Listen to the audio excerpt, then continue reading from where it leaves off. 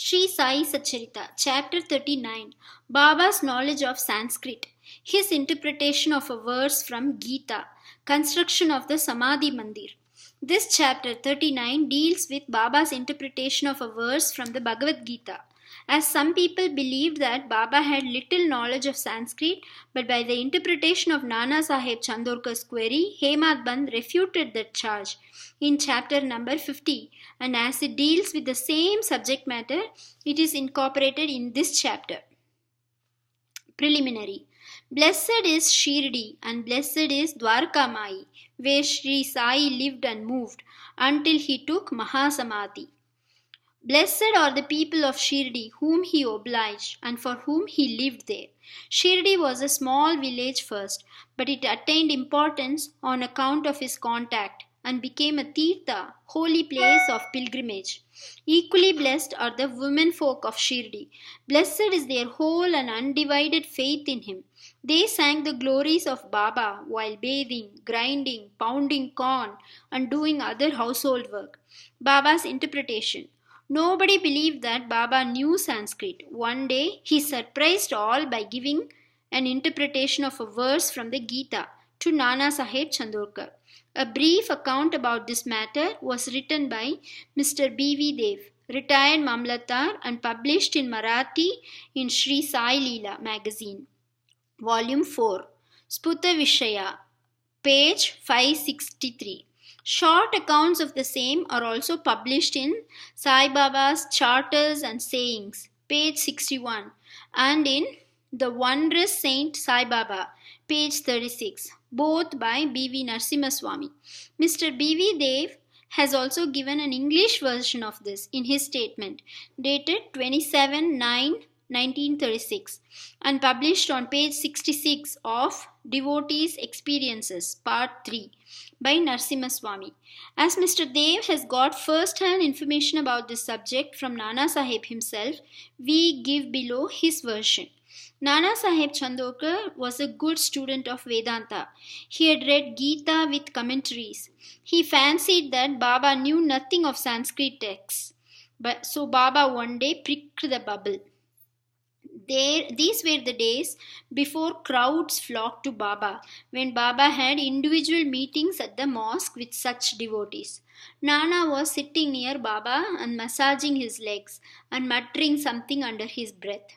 Baba, Nana, what are you mumbling to yourself? Nana, I am reciting a shloka, verse. Baba, what shloka? Nana, from Bhagavad Gita. Baba, say it loudly. Nana then recited Bhagavad Gita, chapter 4, verse 34, which is as follows. Tadviddi pranipatena pariprashnena sevaya upadekshanti te jnanam jnaninas tattva darshinaha. Baba, Nana, do you understand it? Nana, yes. Baba, if you do, then tell me its meaning. Nana, it means this: making Shashtanga Namaskar, that is prostration, asking the Guru, serving him, learn what this knowledge is. Then those who have attained the real knowledge of the Sadvastu, Brahma, will give you the Upadesha, instruction of knowledge. Baba, Nana, I do not want this sort of collected purport of the whole stanza. Give me each word, its grammatical force and meaning. Then Nana explained it word by word. Baba, Nana, is it enough to merely make prostration? Nana, I do not know any other meaning for the word pranipat than making prostration. Baba, what is pariprashna? Nana, asking questions. What does prashna means? Nana, the same, questioning. If pariprashna means the same as prashna, question, why did Vyasa add the prefix pari? Was Vyasa off his head? Nana, I do not know of any other meaning for the word pariprashna. Baba, seva. What sort of seva is meant? Nana, just what we are doing to you. Baba, is it enough to render such service? Nana, I do not know what more is signified by the word seva. Baba, in the next line, Upadekshanti te jnanam. Can you read any other word in lieu of jnanam? Yes. Nana, Baba, what word? Nana, Ajnanam. Baba, taking that word instead of Jnana, is any meaning made out of the verse? Nana, no, Shankara Bhashya gives no such construction. Baba, never mind if he does not. Is there any objection in using the word Ajnan if it gives a better sense? Nana, I do not understand how to construe by placing Ajnan in it. Baba, why does Krishna refer Arjun to Tattvadarshis to do his prostration, interrogation, and service? Was not Krishna a Tattvadarshi, in fact, Jnana itself? Nana, yes, he was, but I do not make out why he referred Arjun to Jnanis. Baba, have you not understood this? Nana was humiliated. His pride was knocked down. Then Baba began to explain. 1. It is not enough merely to prostrate before the Jnanis. We must make Sarvasva Sharanagati, complete surrender to the Sadguru. Number 2, mere questioning is not enough. The question must not be made with any improper motive or attitude or to trap the Guru and catch mistakes in the answer or out of idle curiosity. It must be earnest with a view to achieve spiritual progress or liberation. 3. Seva is not rendering service with the feeling that one is free to offer or refuse service. One must feel that he is not the master of the body, that the body is Guru's and exists merely to render service to him. If this is done, the Sadguru will show you what the knowledge referred to in the previous stanza is.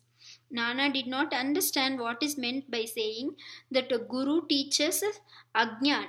Baba, how was Jnana Upadesh, that is imparting of realization, to be effected? Destroying ignorance is Jnana.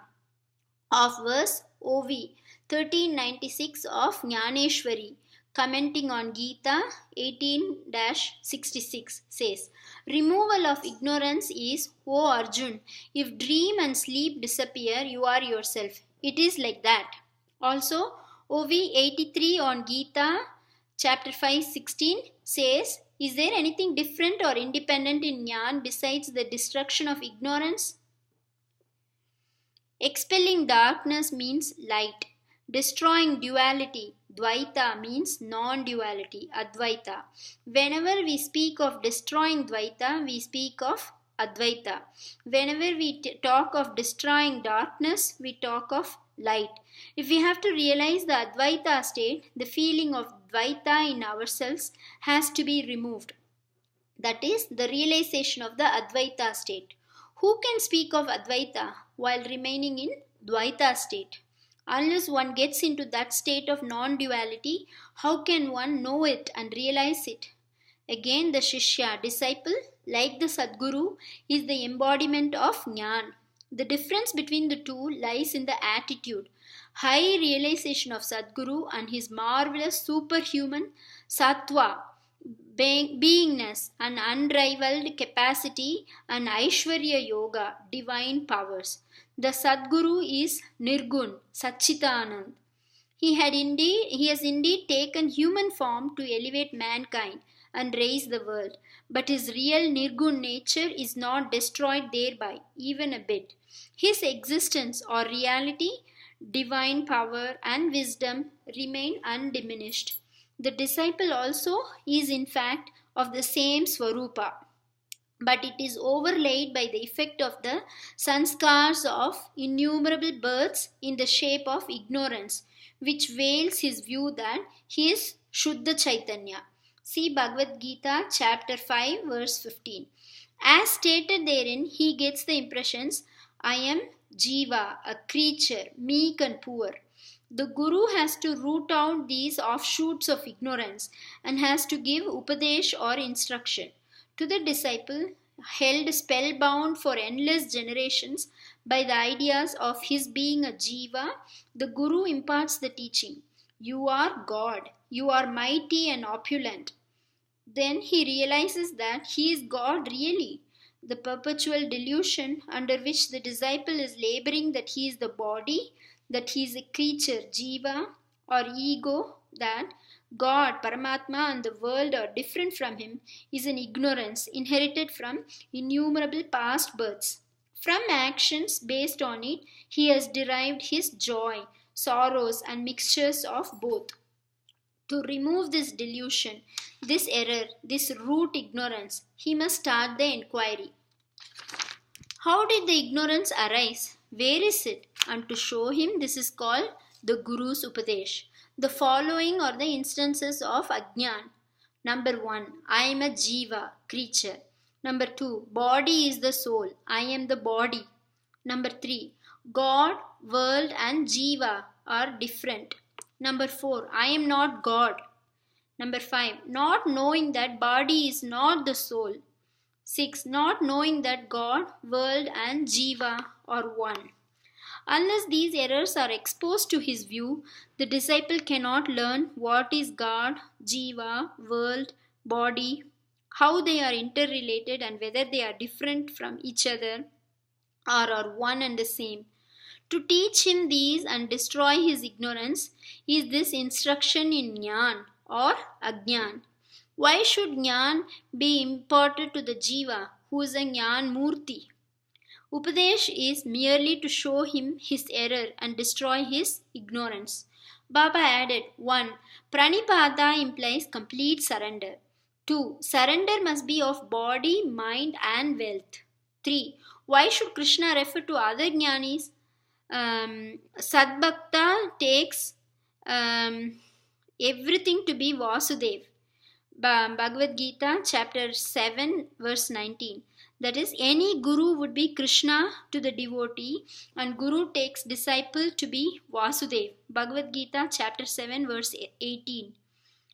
As Shri Krishna knows that there are such gurus and disciples, he refers Arjun to them so that their greatness be known. Construction of the Samadhi Mandir. Baba never made any fuss about things which he wanted to accomplish, but he so skillfully arranged the circumstances that the people were surprised at the slow but sure results attained. The construction of the Samadhi Mandir is an instance. Shriman Babu Saheb Bhutti, the famous multimillionaire of Nagpur, lived in Shirdi with his family. Once an idea arose in his mind that he should have a building of his own there. Sometime after this, while he was sleeping in Dikshitwada, he got a vision. Baba appeared in his dream and ordered him to build a vada with a temple. Shama, who was sleeping there, also got a similar vision.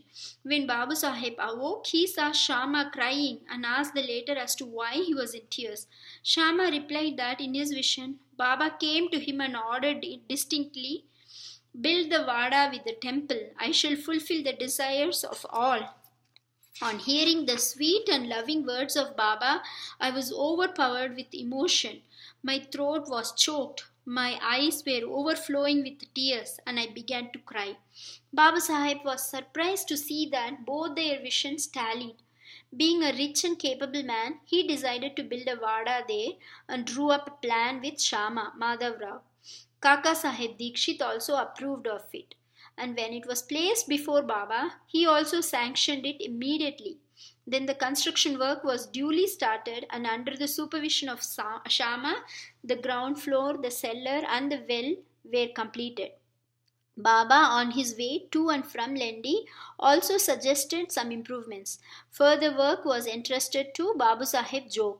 And when it was going on, an idea struck Babu Sahib Bhutti's mind that there should be an open space or platform, and in the center the image of Murlidhar, Lord Krishna with the flute, be installed. He asked Shama to refer this matter to Baba and get his consent. The latter asked Baba about this when he was just passing by the Vada. On hearing Shama, Baba gave his consent, saying, "After the temple is complete, I'll come there to stay." And staring at the Vada, he added, "After the Vada is complete, we shall use it ourselves.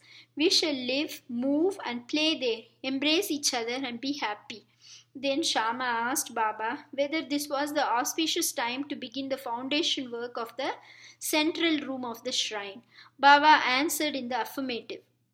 And then Shama got a coconut broken there and started the work. In due time, the work was completed, and an order was also placed for making a good image of Murlidhar. But before it was ready, a new situation turned up. Baba became seriously ill. Babu Saheb became very sad and dejected, thinking that if Baba passed away, his Vada would not be consecrated by the holy touch of Baba's feet, and all his money, about a lakh of rupees, would be wasted away.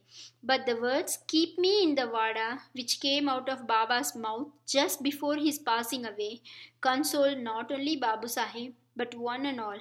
In due time, Baba's holy body was placed and preserved in the central shrine meant for Murlidhar, and Baba himself became Murlidhar, and the Vada thus became the Samadhi Mandir of Sai Baba. His wonderful Leela is unfathomable. Blessed and fortunate is Babu Saheb Bhutti, in whose Vada lies the holy and the pure body of Baba. Bow to Shri Sai. Peace be to all.